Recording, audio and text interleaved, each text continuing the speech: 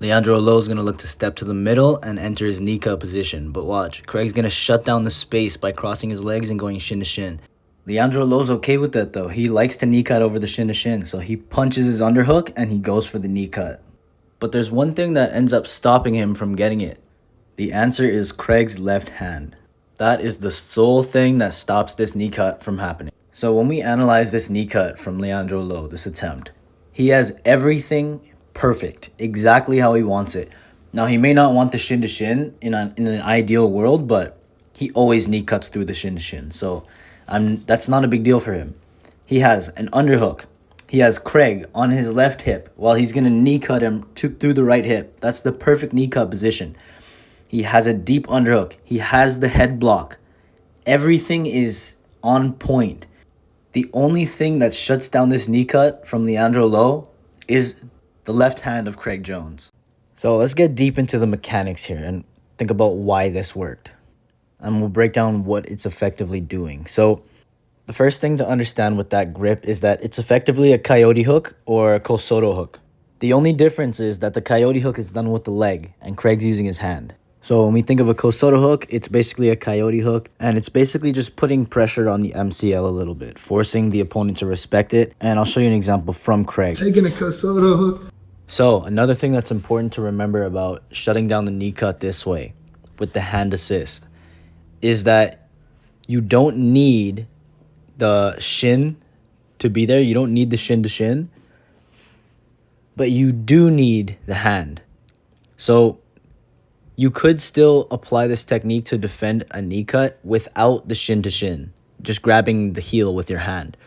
But you cannot apply this technique with the shin to shin without your hand.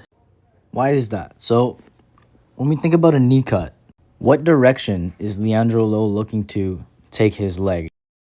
He's looking to drive it down and around the corner. When we look at this closed loop that Craig has created, where the bottom of the loop is his instep, his shoelaces, and the top of the loop is his hand and his arm. So he's created a closed loop around Leandro Lo's leg. Now, think about the way, again, that Leandro Lo wants to go. He wants to drive down. He wants to drive his knee down, which effectively, even on his own, without Craig propping Leandro Lo's foot up with his instep, Leandro Lo's foot would probably be there anyway. And this is a good way to avoid the reverse de la Riva from coming in when you're trying to knee cut, is to keep your heel tight to your butt. So he would have opted for that position anyway. It's not like Leandro Lo wanted his instep on the floor. No one knee cuts like that. So again, let's think about the way Leandro Lo wants to drive his knee, and then also think about what is stopping him from going in that direction. So some of you might say the foot, the instep of Craig Jones, but that's not true, because if you see, Leandro Lo's foot is in plantar flexion. This means that Leandro Lo can cut right through that instep of Craig Jones, no problem, especially because he's traveling downwards. And with his foot in plantar flexion, he would slice right through that shin.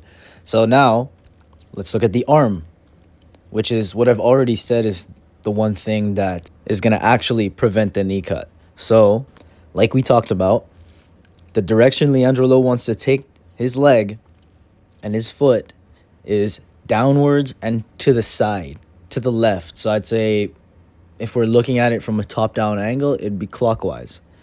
And that grip that Craig Jones has with his left hand, that grip is the only thing that's actually stopping him from going that direction. Now, it looks like his leg is as well, but when you think about it, if he were to be going and attempting this knee slice without Craig's arm there, like we've seen in the clip already, he slices right through it.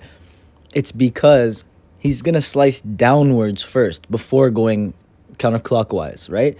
So that downwards motion is actually going to clear the shin-to-shin action. And then he's going to go counterclockwise where there is nothing blocking it. So that's what makes the arm so important, is because he can cut all the way down to the floor, but he cannot clear that arm grip. So that's the most important difference between those two grips, and that's why I said that Craig Jones could defend this without the shin to shin, but he could not defend this without the arm. So now let's watch this last part of the sequence where Craig Jones enters into a saddle, which is amazing, super creative. So he's going to flip that right leg up to the hip to defend, and he's going to switch his hips. He's going to square up and kind of fall to his other hip.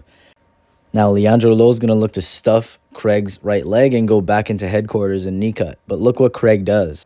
So as Leandro Lo goes to step that foot into headquarters, Craig's going to pummel his left foot all the way through, right there, creating an X.